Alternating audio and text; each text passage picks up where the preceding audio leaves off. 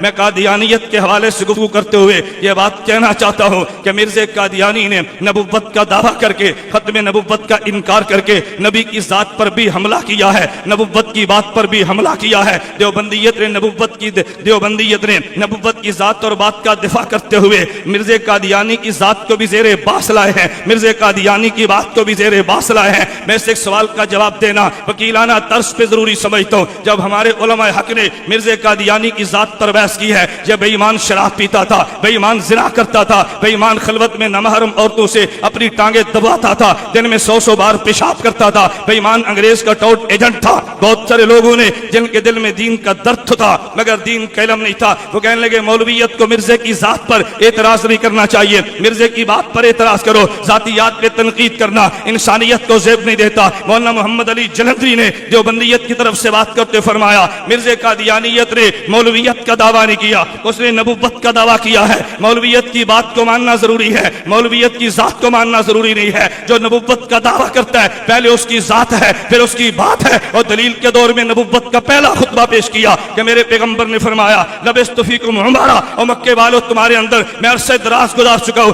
حل وجدتمونی صادقا ام کاذبا، تم نے محمد کو کیسا پایا ہے؟ مکے والے کہنے لگے جربنا غیر مرہ، ہم نے کئی بار تجھے آزما کے دیکھا ہے، ما وجدنا فیک الا صدقا، محمد تجھے سراپا صداقت پایا ہے۔ پھر نبوت نے فرمایا قولوا لا الہ الا اللہ تفلحوا، پہلے محمد صلی اللہ علیہ وسلم نے اپنی ذات کو پیش کیا ہے پھر پیغمبر نے بات کو پیش کیا ہے۔ میرے نبوت نے پہلے خطبے میں بتا دیا پہلے پیغمبر کی ذات ہوتی ہے پھر پیغمبر کی بات ہوتی ہے۔ قادیانی نے نبوت کا دعویٰ کیا پہلے اس کی ذات کو زیر باس لایا جائے گا پھر اس کی بات کو زیر باس لایا جائے گا۔ پیغمبر کے تم نے دو ناموں کو دیکھا ہوگا، حضرت امیر حمزہ نے جب کلمہ نبوت کا پڑھا ہے تو پہلی دفعہ حضرت امیر حمزہ رضی اللہ عنہ نے نبوت کی خدمت میں پیش ہو کے جو قصیدہ پڑھا تھا، حضرت امیر حمزہ فرماتے حمدت اللہ نہدا فؤانی الی الاسلام والدین الحنیف لدین جاء من رب عزیز خبیر بالعباد بهم لطیف اذا تلیت رسائلہ علینا تحضر دم ذلب الحسیف رسائل احمد من هداها بآیات مبینۃ الحروف احمد فینا محمد مصطفیٰ فینا متعاون فلا تاسوا بالقول العنیف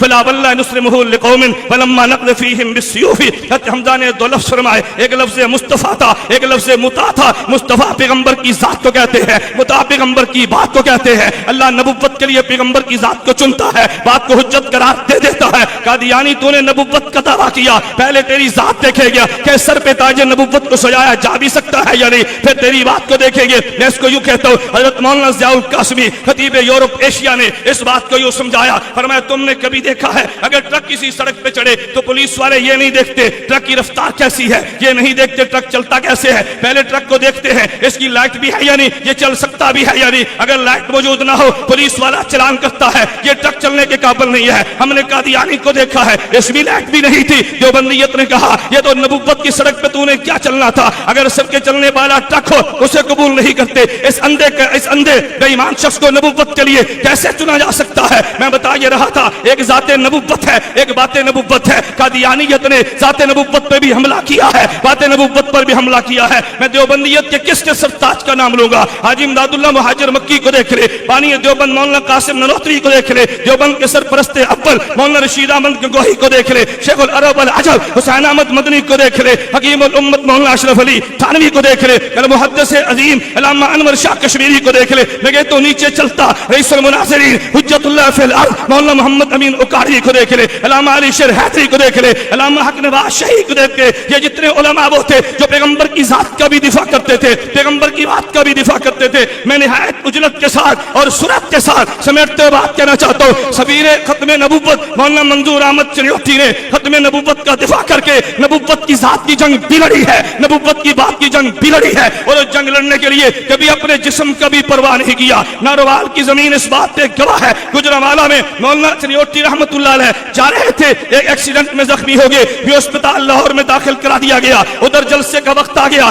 رات کو جب ڈاکٹر بڑے گھر چلے گئے، مولانا چریوٹی فرمانے لگے مجھے ایمبولینس میں بٹھاؤ، بٹھا نہیں سکتے مجھے لٹا دو، میں نے پیغمبر کی ختم نبوت کی جنگ لڑنی ہے۔ اگر آج میں ناروال نہ پہنچا تو مرزائی قادیانی کہیں گے دیوبندیت کا بیٹا محمد کا غلام نہیں پہنچا، اسی حال میں پہنچے ہیں۔